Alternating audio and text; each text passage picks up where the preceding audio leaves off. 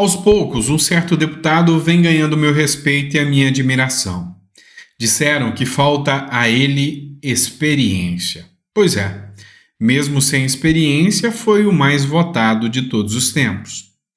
A grande realidade dos fatos é que, se experiência política for isso que eu estou vendo por parte do Tarcísio de Freitas, se alinhando ao Centrão, por parte do Bolsonaro, cedendo ao PL, e por parte dos filhos do Bolsonaro, que estão atacando o Marçal e apoiando o Nunes, junto com o Kassab, junto com o Temer e muitas outras pessoas, me interessa mais os deputados com menos experiência e os políticos que não são de carreira.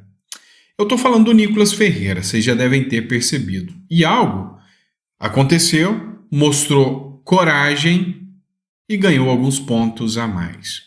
Vamos falar um pouquinho sobre isso? Tem muita coisa acontecendo ao mesmo tempo. Teve uma determinação de uma prisão devido a uma fala sobre ministros do Supremo Tribunal Federal. Enfim, tem muita coisa que a gente precisa discutir nesse editorial. Então, não esquece de dar o like, curtir, compartilhar, taca o dedão aí e bora pra cima, que a gente tem muito, literalmente, muito o que falar nesse editorial. Vamos começar falando do Nicolas Ferreira.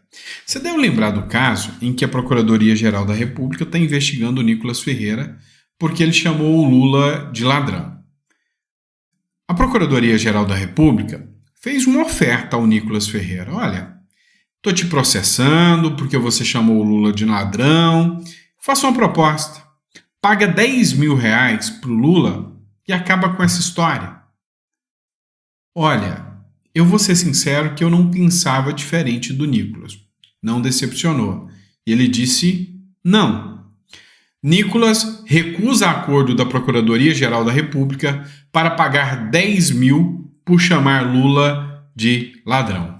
O deputado Nicolas Ferreira, do PL de Minas Gerais, recusou o acordo proposto pela Procuradoria-Geral da República para que o parlamentar pagasse 10 mil por ter chamado o presidente Lula de ladrão.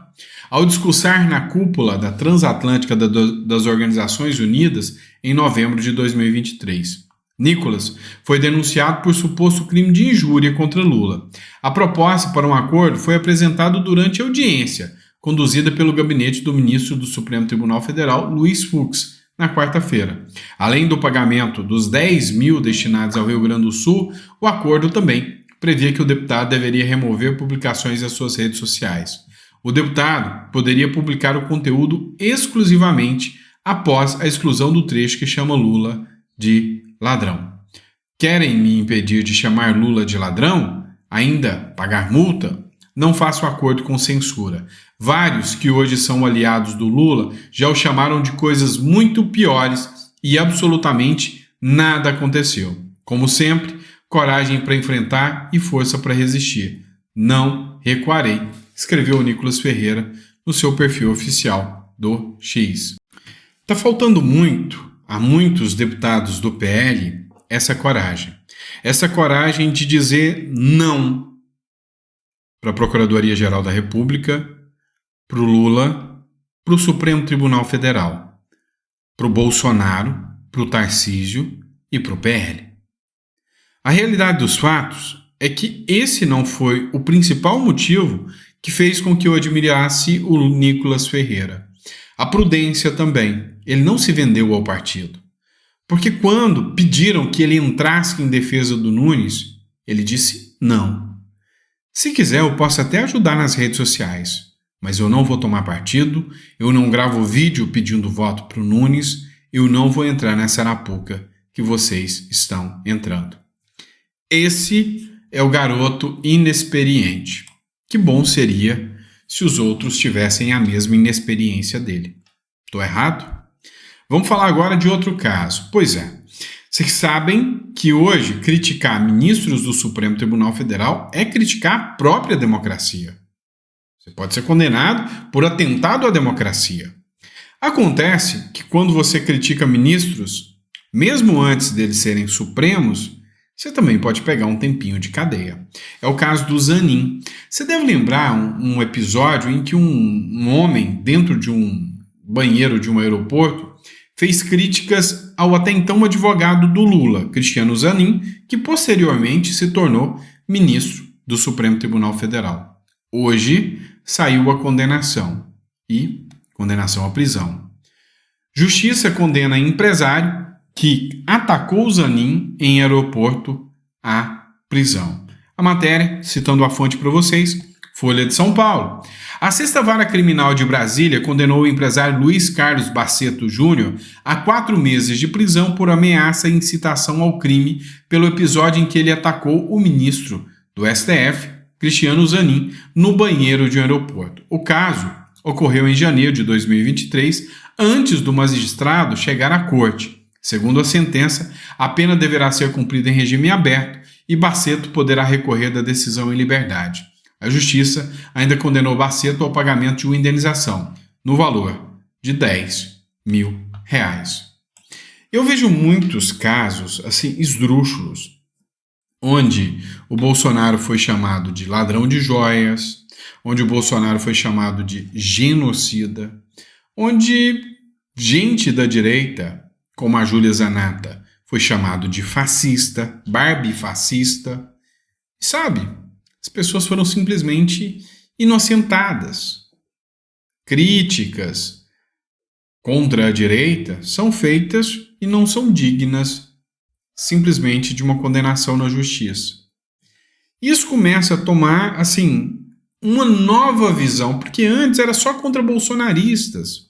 Agora, qualquer um, né, que, sabe, esteja incomodando, pode ser alvo de censura, pode ser alvo das decisões do Supremo e do Judiciário. O Estadão, juntamente com a Folha de São Paulo e outros meios de comunicação, outros jornais, estão travando uma verdadeira batalha com críticas ao Supremo Tribunal Federal. Olha só, por exemplo, essa matéria do Estadão. Opinião do Estadão. Ao tratar o vazamento de mensagens que expõem seus métodos heterodoxos como parte de um complô contra a democracia, o ministro avilta o Estado Democrático de Direito. Ou seja, Alexandre de Moraes ataca de novo. Tamanha a concentração de poder em uma autoridade ou instituição. É diametralmente oposta ao ideal republicano fundamental. Todo mundo tem medo de Alexandre de Moraes. Desde o cidadão comum, que nem se interessa muito por política, tem medo de Alexandre de Moraes. Os influenciadores, o cara que põe a cara a tapa aqui diante de uma câmera e de um microfone, tem medo. É lógico. Outros até fugiram do país. Eu ainda estou aqui. Os jornais não tinham, mas agora tem. Ontem saiu uma decisão censurando uma reportagem da Folha de São Paulo que ia entrevistar o Felipe Martins. Tá, a grande questão é o que Felipe Martins poderia falar que foi proibido de abrir a boca, de se expressar. Então, essa situação vem crescendo, só que agora a mídia já não está mais calada, ou melhor, já não está mais conivente com o que estava acontecendo. É o caso da Revista Oeste, que sempre trouxe pautas com críticas, brigando pela liberdade de expressão. Olha só essa matéria. Moraes bloqueia redes da mulher de Daniel Silveira e ameaça com multa diária de R$50 mil. Segundo o ministro do Supremo Alexandre de Moraes, ela está fazendo muitas críticas, né? E o que atentaria contra as instituições. Nessa quarta-feira, a mando do ministro Alexandre de Moraes, do Supremo Tribunal Federal, a Polícia Federal intimou a advogada Paola Silva, mulher do ex-deputado Daniel Silveira. Conforme a ordem judicial, Moraes determinou o bloqueio de todas as redes sociais de Paola e determinou ainda a entrega do passaporte dela. Assim, o que é o argumento? Qual é a justificativa? Que crime ela cometeu? Então, assim, a matéria mesmo não explica muito, mas a gente começa a observar e aquilo que outrora era comum, mas não é normal, já está sendo encarado como anormal pela mídia. Não é normal. Não é normal essa situação que acontece hoje no Brasil. Não é mesmo. Vamos lá. Vamos falar um pouquinho da Prefeitura de São Paulo. Marçal usa processo contra outro Guilherme Boulos em ataque sobre drogas. Marçal tem acusado o adversário de ser usuário de cocaína, sem apresentar nenhuma prova. Segundo a apuração da Folha de São Paulo, esse dossiê de Marçal contra Boulos é uma lista de processos buscando na justiça apenas com o filtro das palavras-chave, Guilherme e Boulos, e não pelo CPF, por exemplo. No caso que ocorreu em 2001, quem figura como réu nesse processo sob drogas nas mãos de Marçal não é Guilherme Castro Boulos, candidato à prefeitura, e sim Guilherme Bardawil Boulos, um empresário que hoje, coincidentemente, disputa uma vaga na Câmara Municipal de São Paulo pelo Solidariedade. Guilherme Baldal disse que o caso envolveu maconha e não cocaína. Abre aspas, houve esse incidente quando eu tinha 21 anos e foi um ato imprudente que ocorreu na minha juventude, na época de faculdade, mas isso é coisa do passado, que aconteceu há 23 anos. Tá, vamos analisar isso aqui. Quando o Pablo Marçal anunciou que sabia que tinha 2 candidatos, não um só, que eram usuários de droga, o Ricardo Nunes saiu correndo, fez um exame toxicológico e apresentou imediatamente ao público. Boulos ficou calado. Ficou calado por 1, 2, 3 semanas, não apresentou nenhum atestado e disse que vai provar que o Marçal é mentiroso e vai ver o Marçal na cadeia. Tá. O que eu posso dizer? O Marçal não apresentou as provas. Ele tem que apresentar. Ele disse que está utilizando isso de forma estratégica. Olha só, eu vi um vídeo do Marçal, onde o Marçal disse o seguinte: eu tenho provas reais e irrefutáveis dessa situação do Boulos, insinuando que ele é um usuário de entorpecentes. E disse o seguinte: essas provas serão apresentadas. Eu sei que eu posso ser até preso, mas se algo acontecer comigo, essa prova está na mão de pessoas fortes e influentes que juntarão as provas se alguma coisa acontecer comigo. A verdade é que, somente para desmentir tudo, um exame toxicológico demonstraria a mentira do Marçal, que não foi apresentado. Ou o Marçal sair de cima do muro e apresentar, mas ele disse que não é hora, que o brasileiro tem memória curta. Ele vai apresentar próximo das eleições. É possível, é passível de acontecer. Essa matéria do UOL aqui é uma insinuação, ou seja, é uma possibilidade, é uma tese da Folha de São Paulo, dizendo que o que talvez aconteceu foi essa confusão por parte do Marçal. Não há prova de que essa é a prova que ele alega, ele não assumiu nada, não há prova de que o Boulos usa, nem de que não usa. Só há o disse-me-disse da palavra de um contra o outro. Diferente em alguns casos que algumas provas foram apresentadas. Como, por exemplo, o único que tem denúncia aqui não é só o Marçal. O Ricardo Nunes também tem. O Nunes está sendo acusado, até pela Tabata Amaral também, de que ele sabia de uma milícia que existia lá na Cracolândia. Nunes nega que haja milícia em São Paulo e diz que é o candidato de Bolsonaro. Agora, ele assume. Não, eu sou o candidato de Bolsonaro. Estou perdendo as pesquisas, eu sou o candidato de Bolsonaro. Acredita em mim, eu sou o candidato do Bolsonaro. É isso. Será? O prefeito da capital e candidato à reeleição, Ricardo Nunes, disse na noite dessa terça-feira que não existe ação de milícia na Cracolândia, no centro da capital, e que o fato do ex-presidente Jair Bolsonaro ter dito que o apoia já deveria bastar para ele ser visto como representante do bolsonarismo na eleição à prefeitura paulistana. Resumindo, o que ele está falando? Olha, o Bolsonaro pediu voto para mim. Você tem que votar em mim. Você é obrigado a votar em mim. Você não tem vontade própria. Se o Bolsonaro pediu, já basta isso. É só isso. Vota em mim. Cara, não é mais assim que funciona. Hoje, cada um que acompanha a política está independente. O Bolsonaro criou um verdadeiro monstro, que ficou conhecido, foi a esquerda que criou esse nome, de bolsonarismo.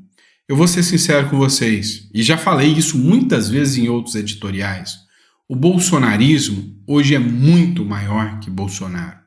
Essa onda de direita que nasceu no Brasil, e que sim, o mérito é única e exclusivamente de Bolsonaro, não é de Marçal, não é de Nicolas, não é de nenhum dos grandes que surgiram depois do Bolsonaro. É do Bolsonaro. Não é dos filhos dele, é do Bolsonaro. Se tornou maior do que ele. Hoje, outras pessoas buscam protagonismo nessa dita direita bolsonarista. Mas a realidade dos fatos é que se tornou um grande movimento pela direita. E não adianta um sujeito só chegar, cooptar o partido do Bolsonaro e ouvir o Bolsonaro dizendo que aquele é o meu candidato. Pois é a voz do Bolsonaro, não do bolsonarismo. Ou melhor, eu gosto mais de chamar do patriotismo, da direita. Aí sim. Até porque eu sempre falei para vocês que se tem uma coisa que eu não sou, é bolsonarista. Por quê? Porque para mim não é novidade nenhuma discordar do Bolsonaro quando ele pede uma coisa e eu não concordo com ele. É assim que eu sempre fui, já falei para vocês e não tem ninguém enganado aqui no meu canal. Desde os primeiros vídeos eu falo isso para vocês. Tô mentindo? Quem acompanha mais tempo e já viu eu falar isso, fala, não, você sempre falou isso, que você não é bolsonarista. Gosta do Bolsonaro, mas bolsonarista não. Porque você é muito mais patriota e de direita do que simplesmente um bolsonarista. E sabe qual é o lance? Tem um monte de gente descobrindo isso agora, que sabe, o pedido do Tarcísio, do Bolsonaro, não é mais suficiente para mudar o seu posicionamento político. Ninguém, absolutamente ninguém, vai apoiar o Nunes. Ou melhor, pequena parcela da população. O grande caso é que o Pablo Marçal ele chegou como um meteoro. Muitas e muitas pessoas estão caindo de amores pelo Pablo Marçal porque sozinho peitou o sistema, sem fundo, sem TV e agora sem redes sociais. E o povo está indo atrás, filmando, pesquisando. E olha eu aqui falando do cara. Saiu uma matéria, uma publicação muito interessante do Paulo Pousonoff. Ao meu redor, todo mundo está fascinado pelo Marçal. Marçal tem chance de levar isso em primeiro turno. Converso com um, é Pablo Marçal. Com outro, Pablo Marçal também, do qual se fala em tons empolgadamente elogiosos. O cara é gênio, ora, é inteligentíssimo, precisa ver. Aliás, se o Bolsonaro tivesse sido inteligente como Marçal, sugere o amigo, suspirando de um amor político como nunca tinha visto antes. Minto, tinha visto já em 2018. O fato é que ao meu redor, todo mundo está fascinado com o Pablo Marçal. Eu me sinto estranho. Jornalistas estão fascinados. E até políticos de oposição estão fascinados. Lulistas, bolsonaristas, fascinados também. Católicos estão fascinados. E evangélicos, idem. Há rico, muito fascinado. E pobre, muitíssimo fascinado. E classe média, não menos fascinado. Otários e malandros estão unidos nesse mesmo fascínio, assim como intelectuais e, se bobear, até um ou outro artista. Mas eu me sinto estranho, porque o feitiço não pegou em mim. Fico ali ouvindo que Pablo Marçal domina as mais refinadas e eficientes técnicas de persuasão. Tá, por que eu achei tão interessante trazer esse editorial do Paulo Zoonoff para vocês? Paul Zoonoff. Para vocês, porque é de um cara independente e eu gosto de gente independente. Ele falou, cara, eu não estou fascinado pelo Marçal, nem gosto muito do Marçal. Mas uma coisa, não há dúvidas, o cara conquistou todo mundo. Eu vi isso em 2018. Então, o próprio bolsonarismo, se é que a gente pode chamar assim, né, ou melhor, o patriotismo, a direita, ficou órfã, de certa forma, depois que o Bolsonaro ficou inelegível, depois que o PL entrou na vida do Bolsonaro. Sabe aquele seu amigo, aquele seu irmão, ou seu pai que você gosta e admira tanto, de repente faz uma amizade errada e essa amizade começa a manchar a honra daquela pessoa que você admira tanto? É o retrato do PL com o Bolsonaro hoje.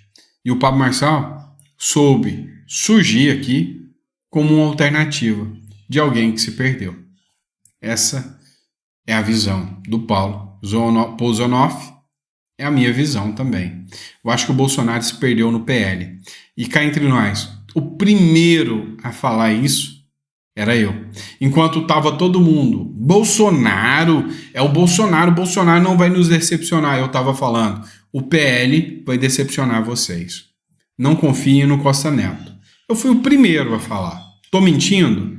Enquanto você via grandes influenciadores, muito inteligentes, diga-se de passagem, como o próprio Kim Paim, o Constantino, o Paulo Figueiredo, não, Bolsonaro com o PL vai fazer a direita ressurgir. Eu falava, vocês estão enganados. O PL não é confiável. Nessa história, só responde para mim, quem estava errado? Ou vocês confiam cegamente no PL?